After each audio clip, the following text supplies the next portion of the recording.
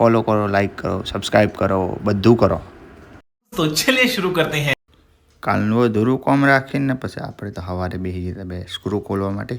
કૂલરના 2 screw ખોલી દીધા અને પછી આખી જાળી કાઢી નાખી.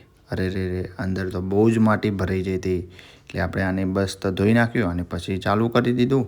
આજ તો મમ્મીની બહેનપણી આવી ગઈ હતી અને મમ્મીનો બર્થડે હતો, એટલે એના માટે લાવી હતી સાડી. તો મમ્મી તો ખુશ થઈ જઈ હતી. વાત તો સહી હે.